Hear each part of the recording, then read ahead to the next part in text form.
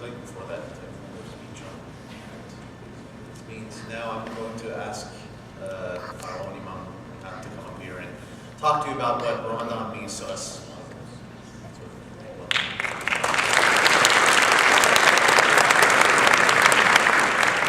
Thank you. Good evening. I would like to say that I am truly delighted to be here this night. And I am very excited to be here and honored and break my fast with you together. Thank you so much. Before talking about Ramadan and fasting, I want to talk to you about Dallas Islamic Center. Dallas Islamic Center was founded in 2007.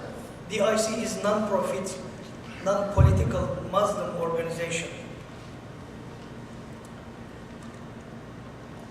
DIC operating for religious, charitable, educational purposes in order to serve the community. Dallas Islamic Center undertakes services such as Quran study, Abraham's Table monthly program, Quran reading classes, Turkish classes, social outreach programs, family friendship programs, interfaith trips to Turkey, chaplaincy services in the hospitals and prisons. In my short introduction, I am going to highlight a few things about fasting and Ramadan, and then briefly touch upon its implications for individual and collective life. Ramadan is a special month of the year for over 1 billion Muslims all over the world. Ramadan is a time of intensive worship and devotion to God. A time for reading of the Quran and the inner reflection. A time for comprehensive thanksgiving and giving charity. A time for self-control and kindness. And a time for training to be a good, moral person and for doing good deeds. The daily period of fasting starts at the breaking of dawn and ends at sunset. During the daylight hours, strict restraints are placed on the daily lives of Muslims. Muslims totally abstain from food and drink. The Almighty Creator comments in the Quran, "O you who believe, fasting is prescribed for you as it was prescribed for those before you, that you might achieve piety, God consciousness." As the third pillar or religious obligation of Islam, fasting has many special benefits. Among these,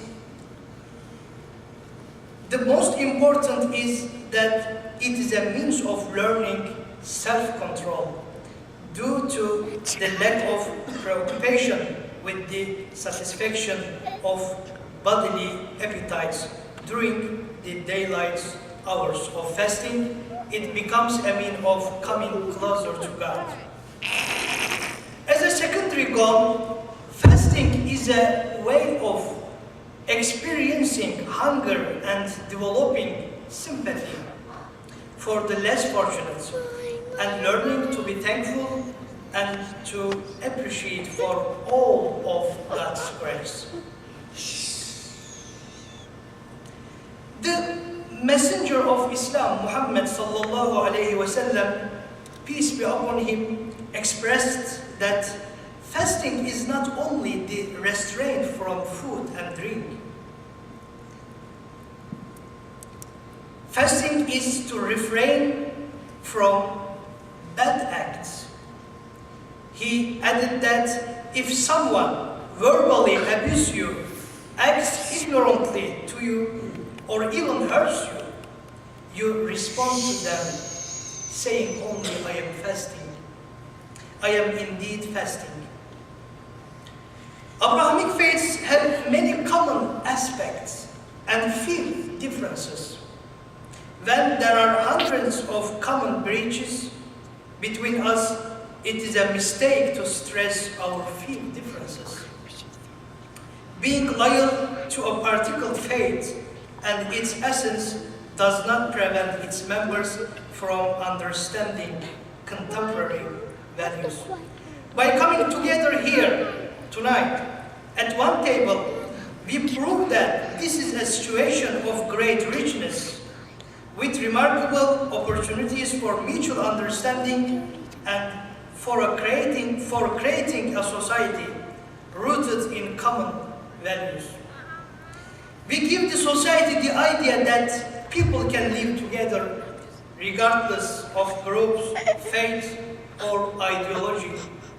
It is with the intention that this dinner is being held, and it is hoped that it will serve as a good example for educational institutions, media organizations, government agencies, and other community groups. We sincerely hope this gathering benefits all. Thank you for coming, and thank you for us.